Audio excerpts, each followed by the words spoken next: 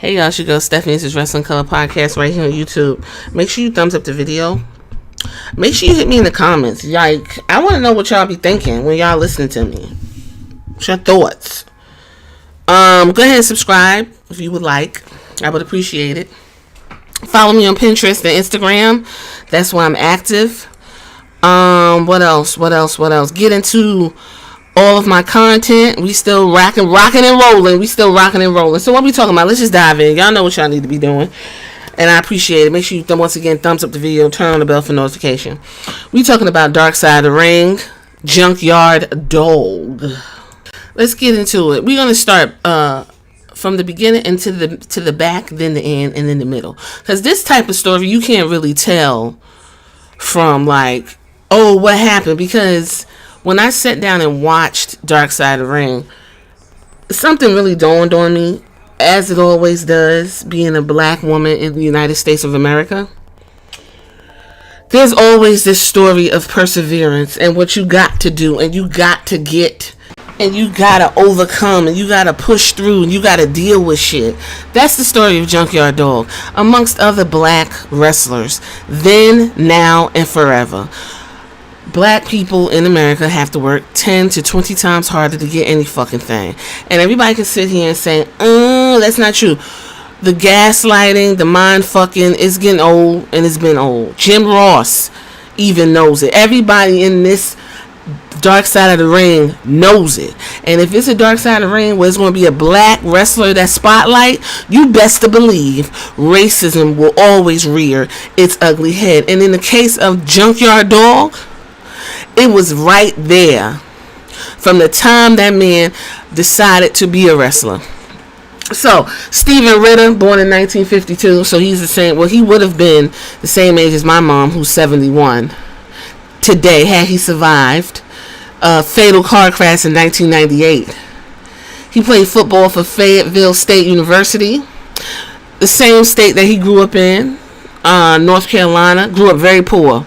His great nephew or his nephew showed us the house that he grew up in. Very poor, very, very crunched in, usual black life. Moved on to the world of professional wrestling. His rise to the top was quick after working for a short time in Memphis for Jerry Jarrett, and then in Stu Hart's Calgary Wrestling, using the name Big Daddy Ritter. He moved down south and worked for Cowboy Bill Watts. And it was Watts who came up with the Junkyard Dog name and gimmick. And he pushed him to the moon. Thanks to a feud with the Freebirds, where he, quote unquote, got blinded by some hair removal cream.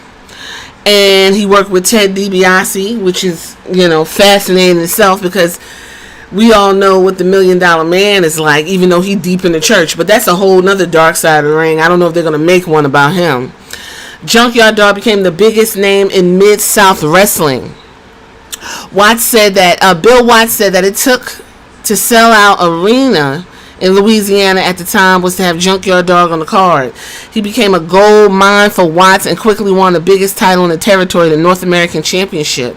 His feuds with DiBiase, Butch Reed, and Mid-South headlined most shows in that area. However, this success caught Vince McMahon attention, and he paid up to lure Junkyard Dog to WWE. Now this is where it gets interesting.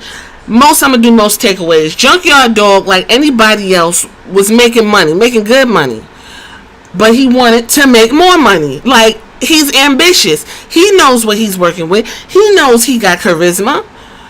Jim Ross said he didn't have that big of a move set, but he had charisma. He played to the crowd. He was a man's man. Oh, I could relate. Black and white could relate to him. They had a good time. They suspended reality. They were willing to die for him, according to Jim Cornette. Jim Cornette said somebody pulled a gun on the Freebirds because he was sitting in kayfabe as a blind man. And Jim Cornette said the lore is he didn't know, Junkyard Dog didn't know if he should stop what he's doing and get the gun or let these dudes get killed. That's how popular Junkyard Dog was in Mid-South Wrestling. And this popularity is booming And a dude named Vince McMahon looked down there and said, I'm trying to take over all this motherfucking shit. Let me throw some money at this black dude. Because black folks, we want money. We coming from nothing. We need the money. And that's just not even that's just people, period. I didn't go to school and get degrees and go in debt to not make money. So I'm not going to fault Junkyard Dog for moving on up to the mainstream. WWE is considered the big leagues, right? You playing minor league baseball to get to the big leagues. You playing NCAA to get to the NFL. Ain't that how that work in the NBA? So this ain't nothing different. But Bill Watts took it very personal. He took it personal, took it hard. And that kind of wore on the relationship. There was a story in there. They claimed the guy who heard it said it didn't happen. That they were talking about how Junkyard Dog was leaving, and Junkyard Dog was in the bathroom stall, and Bill Watts was talking to some dude, and the dude was like, yeah, you know, JYD leaving, what we gonna do? He was like, that nigga can go any way he wants. Excuse me, that nigger can go any way he wants. I'm gonna make my money. That is what ran Junkyard Dog off. But the person who was listening, because Bill Watts has since passed away, the person he was talking to was like, in a written statement, nah, that ain't what happened. That's all fabricated. Like somebody gonna really tell the truth. Tell the truth, shame the devil. So in 1984, Junkyard Dog went to the WWE and became one of the most popular baby faces in the company. Similar to the guys who came later, like Hacksaw Jim Duggan, who was also in this episode, and also came out of Mid-South. Junkyard Dog didn't need a title to be over. As a result, he never got one. I don't really like that. And just to let y'all know, so people don't think I'm sitting here stealing, I'm actually reading a Sportster article that really fits and smoothly explains Junkyard Dog, because I want to be able to really get it out as smooth as I would like to. So he never got a belt.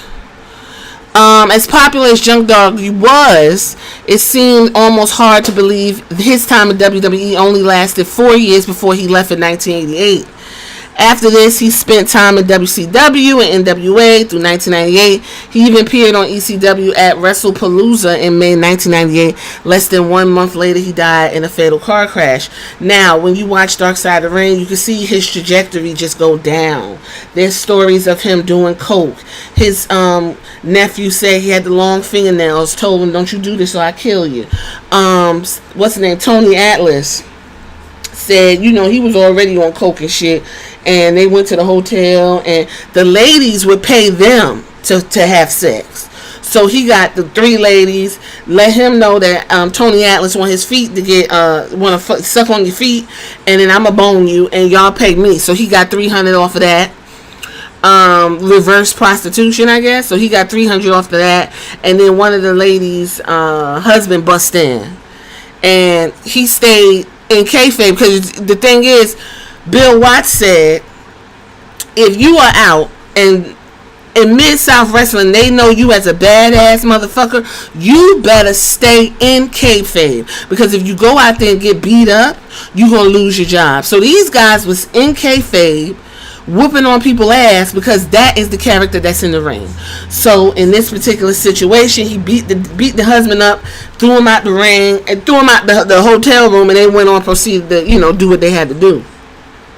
So there was drugs involved, cocaine, according to Jake the Snake. Now there's a rumor or a clip of it that I didn't understand what he was saying, but there's some that says that Jake the Snake was mimicking Junkyard Dog and said nigger, and I didn't hear it. All I heard was, yeah, you don't know what I'm talking about, like, and everybody hears nigger. I didn't hear it. I heard and listened to the clip about 800 times, whatever. White folks don't need to be saying the N-word. I think y'all had enough of that, but that's another conversation for a different day. I get tired of hearing nigger, period, on some of these podcasts, and it's just every third word is nigga this, nigga that. It's unnecessary. I don't really know like why, but whatever. We're not talking about that. So Junkyard Dog went to the WWE. So this is the first thing that jumped out at me and I'm going to play it real quick for you. A lot of hungry guys, and hard to stick around. As the Junkyard Dog joins a WWF roster packed with some of the biggest names in wrestling, his magnetic presence can only carry him so far. Despite his best efforts, he fails to recapture the towering heights of his glory days in Mid-South. I don't think the industry was ready to go that route. How can I say it? With a black wrestler. That's just my opinion. I really believe that JYD thought that Vince McMahon was going to push him same way as Bill Watts. And it didn't happen. He figured, well, I done let Louisiana down. I done let my family down. I done let Bill Watts down. He was just heartbreaking. Okay, we got a little pause there. Territory behind for the promise of even greater fame, the Junkyard Dog fails to reach the same level of prominence in the WWF. Me and Dog want to be climbing the mountaintop. We want to go to the promised land. We want to be with Hulk Hogan, brother. They pushed some black wrestlers there, but as far as putting the black man in the money spot, no. Not at all. They didn't go there. So I got to put this black and white thing together all the time, because that's the only way I see it. From 1980 to, I would say, 86, 80% of the top wrestlers were minorities in the Vince Senior area. Vince McMahon, senior figure, that you have to have a person to represent every nationality of people, and that was his idea. Pedro Morales, Bruno Sammartino, Rocky Johnson, the Wild Samoan, Mr. Fuji, Bob Backlund, and that whole list, I mean, how many white people? One. But right now, let's begin the festivities. Without further ado, let's go up the ringside. When Vince Jr. took over, when there wasn't as many minorities on top, he came with the Hulk Hogan, Ronnie Piper, Bret Hart. Well, he had a pecking order for Dog. He needed a black wrestler, but that he had to push the Caucasian wrestler. It's not racism. It was a business decision. He wanted to get the white fans to come more. Now this is where I'm confused. That's Tony Atlas talking. This is where it got confusing for me. It's not racism. He wanted to push the white athletes more. And then Jim Ross pointed out that this is a historically racist, white man dominated field, professional wrestling. So how is it not racist if this guy, Tony Atlas, just pointed out that when Vince McMahon Sr. was running WWF, he had a multicultural top of the card with no problem. But the moment his son came in, all of that changed. He got the black dude job in to push over the white guys because he wanted to get the white audience. The white audience was already there. Now I'm confused. The white audience was already in pro wrestling. He didn't need the white audience. The white audience dominated pro wrestling and still does to this day.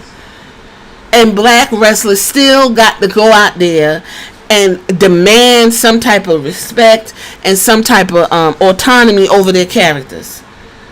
So I don't know what Tony Atlas, maybe because he don't want to step on Vince McMahon, it's some racism there, and it's going to be like that because and everybody knows it. And this is the reason why I would say, along with the drugs, even before the drugs, because Junkyard Dog was going to schools, he was promoting finish school, do the right thing.